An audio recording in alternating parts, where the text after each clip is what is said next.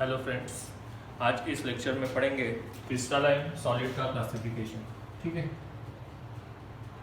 Classification of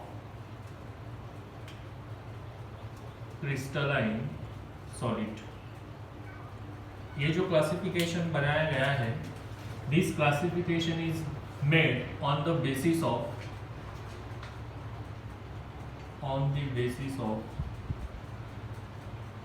nature of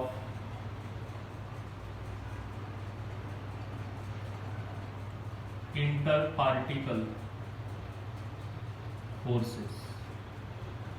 okay, तो पहले ये समझ लो, इंटर का मीनिंग ये होता है बिटवीन,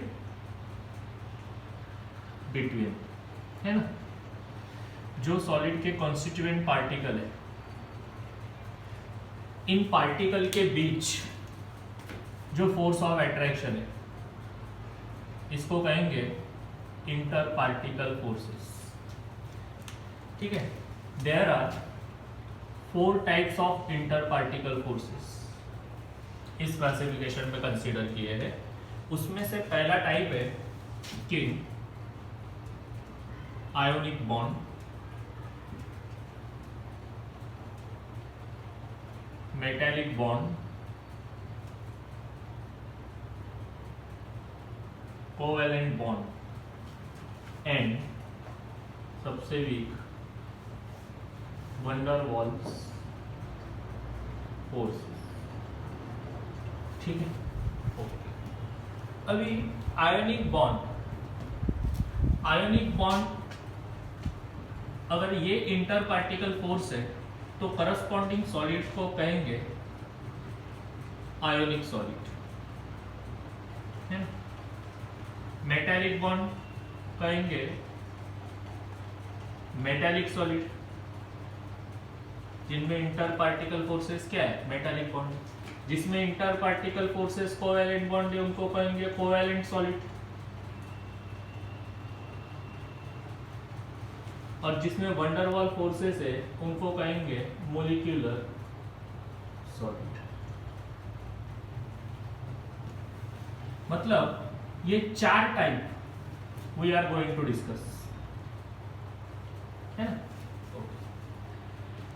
क्वेश्चन एग्जाम पे ऐसे आ सकता है, write a short note on ionic solid, नहीं तो फिर explain metallic solid with suitable example. Is it clear? MCQ आ सकता है, which of the following metallic solid, we will have to choose appropriate one. Getting this? इस type के question exam पे आ सकते हैं। हर सॉलिड डिस्क्राइब करने का एक तरीका, एक कॉमन फॉर्मेट है। जैसे कि पहले फर्स्ट पॉइंट देखेंगे, ये कॉमन पॉइंट्स लिख रहा हूं, ठीक है, कि उसमें आपको कंस्टिट्यूएंट भी बोल सकते हैं, कंस्टिट्यूएंट भी बोल सकते हैं। ठीक है, constituents right pronunciation. Constituent particle आपको सोचना है पहले, ओके। उसके बाद जो भी इंटर पार्टिकल फोर्सेस है, इंटर पार्टिकल फोर्सेस, वो सोचना है। इंटर पार्टिकल फोर्सेस अगर स्ट्रांग है, ये जो इंटर पार्टिकल फोर्सेस स्ट्रांग है, तो इस सॉलिड को मेल्ट करने के लिए आपको ज्यादा हीट एनर्जी प्रोवाइड करनी पड़ेगी। अगर इंटर पार्टिकल फोर्स वीक है तो थोड़ी हीट प्रोवाइड करनी पड़ेगी, तो उसका मेल्टिंग पॉइंट कम होगा, है ना। तो इंटर पार्टिकल फोर्सेस से आप डिसाइड करोगे कि उनका मेल्टिंग पॉइंट और बॉइलिंग पॉइंट क्या है। इसी फोर्स से डिसाइड करोगे कि वो सॉलिड हार्ड है या तो फिर सॉफ्ट है ना। उनकी कंडक्टिविटी कैसी है। इस सॉलिड को कोई दूसरा नाम है क्या, अल्टरनेटिव नेम, या तो फिर एक एडिशनल जो भी प्रॉपर्टीज है ना, वो आप यहाँ पे लिख सकते हैं। और एट द एंड आपको लिखना है एग्जाम्पल उस सॉलिड का। इस पॉइंट से हर एक सॉलिड को एक डिस्क्राइब करेंगे, ठीक है। तो पहला सॉलिड लेते हैं ionic solid. Let's see ionic solid.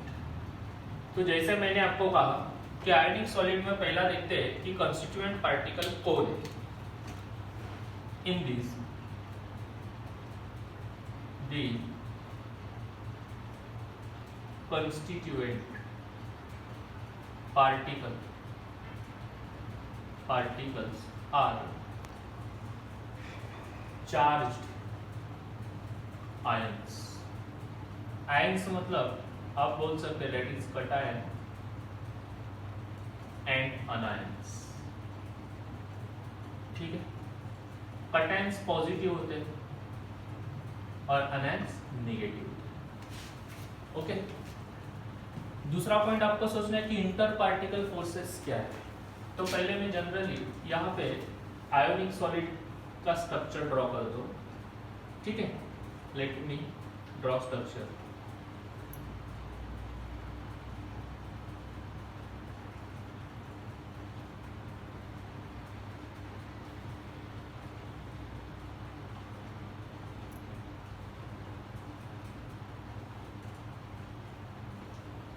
ये जो बड़े पार्टिकल्स है ये निगेटिवली चार्ज पार्टिकल है, सब के सब निगेटिवली चार्ज है. मतलब आप उनको बोल सकते हैं दीज आर अनायन. और जो छोटे पार्टिकल है लाइक दैट,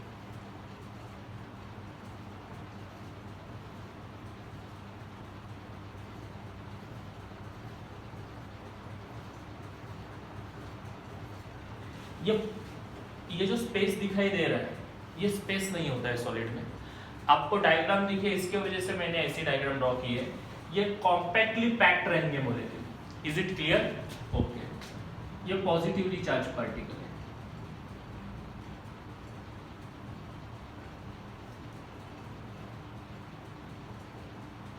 मतलब ये अनायन है, सॉरी कटायन है. ठीक है, इसका मतलब जनरली कटायंस स्मॉलर और अनायंस लार्जर. तो इंटर पार्टिकल फोर्सेस मतलब ये फोर्स इनके बीच, कटायंस और अनायन के बीच जो फोर्सेस है ना, ये सब फोर्सेस कौन से?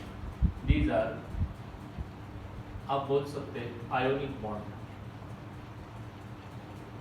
ओके, और फोर्स अगर बात करें तो आप बोलेंगे इलेक्ट्रोस्टैटिक फोर्स. इलेक्ट्रोस्टैटिक फोर्स क्योंकि चार्ज के बीच इलेक्ट्रोस्टैटिक फोर्स होता है. अर्थ और कोई भी ऑब्जेक्ट के बीच ग्रेविटेशनल फोर्स होता है. मैग्नेट और फेरोमैग्नेटिक सब्सटेंस के बीच मैग्नेटिक फोर्स होता है. उसी तरह कोई भी चार्ज के बीच कौन सा फोर्स होता है? Electrostatic force. आप देखो पॉजिटिवली चार्ज न्यूक्लियस और निगेटिवली चार्ज इलेक्ट्रॉन के बीच कौन सा फोर्स होता है? इलेक्ट्रोस्टैटिक फोर्स, क्योंकि चार्ज पॉजिटिव निगेटिव है ना. तो इलेक्ट्रोस्टैटिक फोर्स ऑफ अट्रैक्शन या इंटर पार्टिकल फोर्स है. तो मैं लिख सकता हूँ. दूसरा पॉइंट, पहला सॉलिड में डिटेल एक्सप्लेन करता हूँ. मतलब 3 सॉलिड एक्सप्लेन करने में मुझे कोई टाइम नहीं लगेगा. Is it clear? Okay, inter particle forces कौन सा है? तो मैं लिख सकता हूँ कि these ions are held together by strong forces होते हैं, strong electrostatic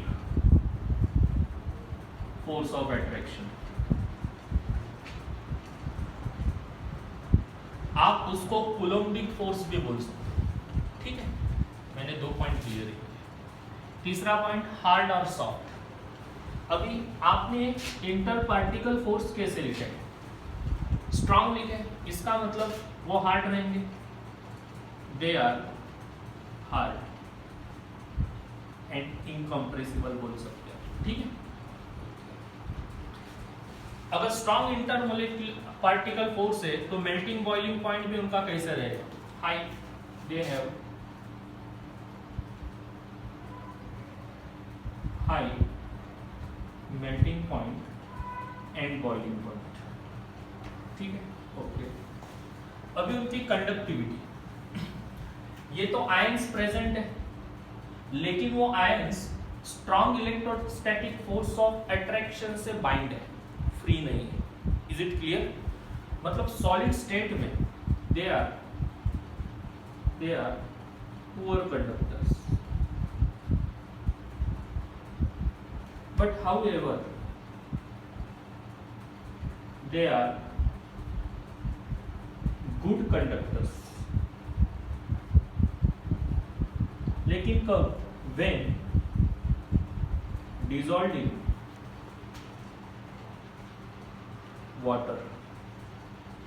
अगर आप वाटर में उनको डिसॉल्व करेंगे तो these ions becomes free dissociation से, है ना। और ये आयंस फ्री अगर अवेलेबल होंगे तो उसमें से करंट पास होगा। तो एक्वियस स्टेट में वो क्या रहेंगे? Good conductors. Is it clear?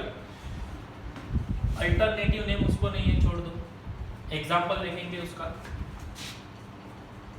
Example NaCl, KCl, calcium fluoride CaF2, potassium sulphate etcetera etcetera. Example याद रखने का भी एक तरीका है, यहाँ पे एक हिंट है कि देखो एग्जाम्पल को अगर आप ठीक से ऑब्जर्व करते हो तो हर एक एग्जाम्पल में एस ब्लॉक एलिमेंट आ रहे हैं जो पीरियोडिक टेबल में पहले दो ग्रुप में आते हैं। Is it clear? सोडियम और पोटेशियम को क्या कहेंगे? Alkali metal. मैंने पढ़ा आपको 11th में।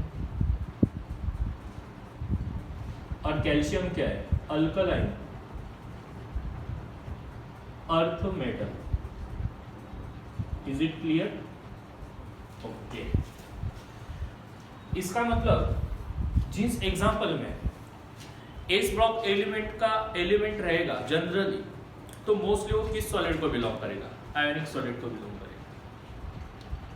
Is it clear? ओके। इस तरीके से आपको ईच एंड एवरी सॉलिड को एक्सप्लेन करना है। फॉर्मेट यही रहेगा। This is a common format. ये एक कॉमन फॉर्मेट है, ठीक है। इस कॉमन फॉर्मेट से आपको रेस्ट ऑफ 3 एक्सप्लेन करना। तो और एक एक्सप्लेन करते हैं मेटालिक सॉलिड, ठीक है। Second one metallic solid. तो सेम वे मैं पहला पॉइंट क्या लिखूंगा? कॉन्स्टिट्यूएंट पार्टिकल का। In this the constituent particle को मैं शॉर्ट फॉर्म लिखता हूँ सीधी, okay. In this constituent particles are atom, single atom होते हैं, ओके। आप बोल सकते हैं metal atom also. Is it clear? लेकिन ये एटम्स में 2 टाइप होते हैं, कर्नेल एंड कोर इलेक्ट्रॉन। ये जो कोर इलेक्ट्रॉन है, ये कोर इलेक्ट्रॉन ये फ्री इलेक्ट्रॉन होता है। आप बोल सकते हैं मोबाइल इलेक्ट्रॉन, आप बोल सकते हैं डीलोकलाइज्ड इलेक्ट्रॉन। मतलब अगर आपको किसी ने पूछा कि मेटालिक सॉलिड में कॉन्स्टिट्यूएंट पार्टिकल कौन से किससे बना है, तो आप बोल सकते हो वो कर्नेल्स और मोबाइल इलेक्ट्रॉन से बना है, ठीक है। ओके, उनका स्ट्रक्चर मैं ड्रॉ करता हूँ। एक लॉजिक आपको बता देता हूँ। देखो कि मान लो सोडियम ये एक मेटल है, एटॉमिक नंबर 11, तो उसका कॉन्फ़िगरेशन क्या बनेगा? 1s2 2s2 2p6 3s1। तो इसमें ये जो एक इलेक्ट्रॉन है, इस एक इलेक्ट्रॉन को कहेंगे 4 इलेक्ट्रॉन। Is it clear? जिसको सोडियम डोनेट करने की टेंडेंसी रखेगा। Every metal has tendency to donate electron because all metals are electropositive, you know that, ठीक है। तो इलेक्ट्रॉन डोनेट करेगा। सब मेटल आसानी से इलेक्ट्रॉन डोनेट करते हैं क्योंकि उनके आयोनाइजेशन एंथैल्पी कम होती है। Is it clear? ओके। अभी तो अगर एक इलेक्ट्रॉन डोनेट कर दिया सोडियम ने, तो सोडियम प्लस हो जाएगा और एक इलेक्ट्रॉन ऐसे उसके बाजू में रहेगा। तो सोडियम की क्रिस्टल में ऐसे बहुत सारे सोडियम रहेंगे पॉजिटिव फॉर्म में, Na+, इज इट क्लियर? और उनके साथ ये उनका मोबाइल इलेक्ट्रॉन 4 इलेक्ट्रॉन रहेगा। बात समझ में आ रही है? Na+, okay. ये मैं कंस्टिट्यूएंट पार्टिकल स्ट्रक्चर ड्रॉ कर रहा हूं मेटालिक सॉलिड का, और उनके साथ उनके कोर इलेक्ट्रॉन, ठीक है, लाइक दैट। तो मैं इन पॉजिटिवली चार्ज पार्टिकल को, सब Na+ जो दिखाई दे रहे हैं मुझे, इनको कहूंगा मैं कर्नल, ठीक है। और ये निगेटिवली चार्ज इलेक्ट्रॉन, इसको कहूंगा मैं मोबाइल, मतलब फ्री, डीलोकलाइज्ड इलेक्ट्रॉन। इनसे वो बना है, ओके। मतलब पहला पॉइंट समझ में आया। सेकंड पॉइंट क्या है कि इंटर पार्टिकल फोर्सेस कौन से है। देखो ये इलेक्ट्रॉन इस सोडियम को तो अट्रैक्ट करेगा because both are oppositely charge, लेकिन ये इलेक्ट्रॉन एडजेसेंट कर्नेल को भी अट्रैक्ट करेगा। तो ये जो अट्रैक्शन रहेगा that is metallic bond, that is metallic bond. Is clear? मतलब ये कंस्टिट्यूएंट पार्टिकल्स किससे बाइंड हुए? मेटालिक बॉन्ड से। So I can write these particles मतलब kernel and electron are held together by, ये भी strong force of attraction, strong metallic bond. अगर strong है तो ये हार्ड रहेंगे, दे आर हार्ड, आप बोल सकते हैं incompressible. Is it clear? Okay. अभी मेल्टिंग बॉइलिंग पॉइंट कैसा रहेगा? स्ट्रॉन्ग है तो high, they have high melting point and boiling point. उनकी कंडक्टिविटी कैसी होगी? देखो क्रिस्टल में ये फ्री इलेक्ट्रॉन अवेलेबल है, तो अगर आप जैसे ही इलेक्ट्रिक करंट अप्लाइड करते हो वो कंडक्ट करेगा। Is it clear? मतलब they are all metals are, they are good conductors. देखो ये पॉइंट्स में एक ही फॉर्मेट में लिख रहा हूं जैसे इसके लिखे थे। कंस्टिट्यूएंट पार्टिकल हो गए, कर्नेल और इलेक्ट्रॉन है, इंटर पार्टिकल फोर्सेस हो गया, मेटालिक बॉन्ड है, हार्ड है, मेल्टिंग बॉइलिंग पॉइंट ज्यादा है, दे आर गुड कंडक्टर है। अल्टरनेटिव नेम कोई नहीं है बट एडिशनल प्रॉपर्टीज लिख सकते हैं, जैसे कि मेटल के एडिशनल प्रॉपर्टीज आप स्कूल सेक्शन से पढ़ते आए हो। दे आर मेलिएबल, मेलिएबल पता है ना आपको, मतलब can be drawn, sorry can be hammered into sheets. Hammering से उनसे प्लेन शीट में उनको कन्वर्ट किया जा सकता है metals, that is malleable. They are ductile, they are ductile. Ductile का मतलब क्या है? That is can be drawn into wire. आप मेटल से वायर ड्रॉ कर सकते हैं, ड्रॉ निकाल सकते। दे हैव लस्टर, लस्टर मतलब पता है आपको, शाइनिंग, जैसे कि गोल्ड सिल्वर शाइन होती है। बस काफ़ी पॉइंट है, 2 मार्क्स का क्वेश्चन आएगा। एग्जाम्पल लिखना है, एग्जाम्पल आपको मेटल के नाम लिखने हैं, सिल्वर, फेरस, कॉपर, गोल्ड मतलब ऑरस, एसेट्रा।